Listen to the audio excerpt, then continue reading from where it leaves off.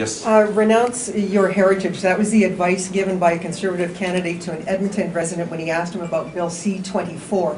The gentleman was a dual citizen of Nigeria and Canada, and he was told to renounce his heritage if he was concerned about the fate of his children, potentially. I wonder what you think of that. That's abject, but it's a continuation of Mr. Harper's identity politics. That's the dangerous game he's been playing throughout this campaign. He did it with me, by the way, during the leadership. And just recently I had a Conservative candidate saying that maybe they should go after my citizenship, and I invite them to try. Look, this is Stephen Harper at his worst. I don't say the man has only failings. He must have some qualities. But for him to have run an election campaign on the backs of minorities, stigmatizing, singling out, going after minorities with everything from C-24 to his bizarre attacks again yesterday, he's looking to divide Canadians. The role of a Prime Minister is to build bridges from ethnic group to ethnic group, from province to province, from religion to religion. That's what a Prime Minister does, tries to bring us together as a country. Stephen Harper's just reminding us every time he does this why he doesn't deserve to be the Prime Minister of Canada. The NDP will repeal Bill C-24. $1.8 billion over 4 years, in addition to the amount that the Conservatives already put on the table. Yes, exactly. It's new money. Yes. Yeah, so we've got 1.8, but that's $3.7 billion. That's a lot of money, and yet you're going to balance the budget, Yes. which means that other priorities obviously are going to be squeezed. How are you going to convince Canadians that in a very limited fiscal framework, this is the right way that you should be spending money? A lot of money. We believe sincerely that fixing this relationship is not only a good thing historically and the right thing to do for the country, it's also the good thing to do economically. When I go to the big mining conference in Toronto, as I've done for the past several years, and I speak there, I get to tell people that I want them to succeed, but I say, isn't it time for a new approach? Instead of fighting 6, 7, 8 years in courts to find out that you can't proceed, wouldn't it be good to have a federal government that brought this up to the cabinet level, which is what I propose to do? At the cabinet level, we would ensure that everything our government does or approves respects 3 things: First Nations treaty rights, their inherent rights, and Canada's international obligations to her First People.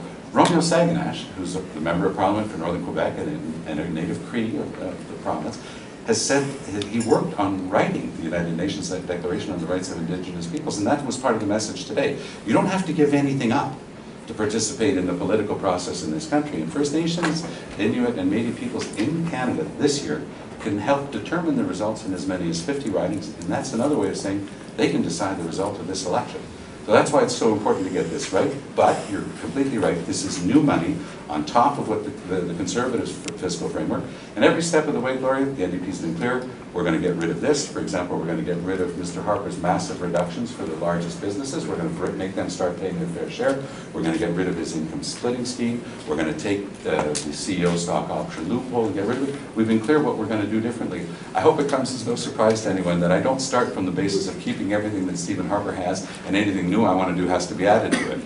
I have different priorities from Stephen Harper. I have been a minister. I know what it's like to be around the cabinet table, make those tough decisions day in and day out. But I have a proud track record of being a good, prudent public administrator, and that's what the NDP's proud track record is as well. Tommy Douglas balanced the budget 17 times, and he brought in free universal public medical care. That's who we are. Mr. Mulcair, you opened up to the floor to what I believe were unscripted questions from the audience. Yes. And some of those questions were rather emotional. Yes, and I was emotional standing there. And you were challenged. A number of people in the audience Sure. said that they've heard these promises Yes. before. What is different? Why is your promise sincere?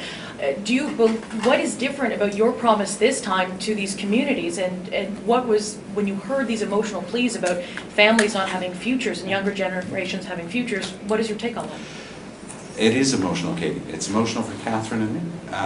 When you're in Iqaluit and you know that there's an 11-year-old child who took his own life because he sensed that there was no hope, it's your job to get hope. And that's what this is about. There's no issue on which I've spent more time or held more meetings since becoming leader of the official opposition. I'm going to get it done. That's what an NDP government will do differently from 148 years of failure by successive Conservative and Liberal governments. You mentioned, we actually had the same question, if you can believe it. It was kind of a gimme for you. But I just wanted to go in a slightly different angle on it. You mentioned your own emotion. Yes. Right? And I don't raise this to embarrass you. You But don't it seemed to embarrass me me. that you were talking about... I don't mind showing emotion. I'm told that I don't have enough, so it doesn't embarrass me. We're the wrong one, right? Yeah. Can I ask you about the connection that you spoke about? I'm wondering, you said you were tied, I forget the word you used, Yes. but connected to the people. Yes. I wonder if you could put that in the context of being the Prime Minister of the country. I've been What to is the smudging responsibility? ceremonies across the country, and I've smoked a pipe, although I hadn't smoked in a whole long time.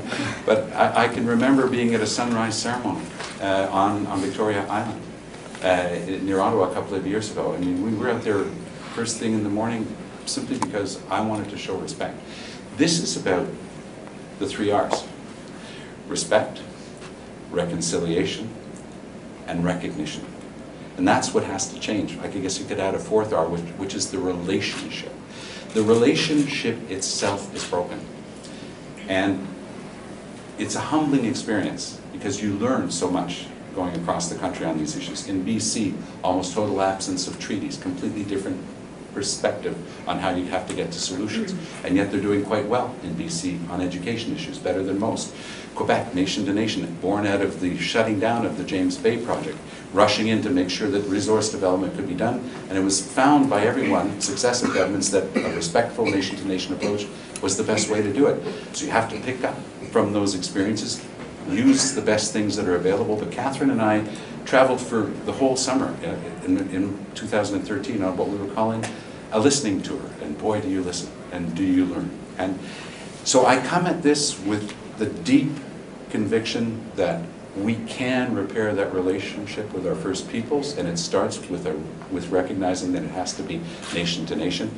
We're going to put a lot of detail around that, but one of the concrete things that I have promised to do, that I will do, there will be a committee at the cabinet level that I will personally chair that will make sure that every single decision of our government will respect treaty rights, inherent rights, and Canada's international obligations.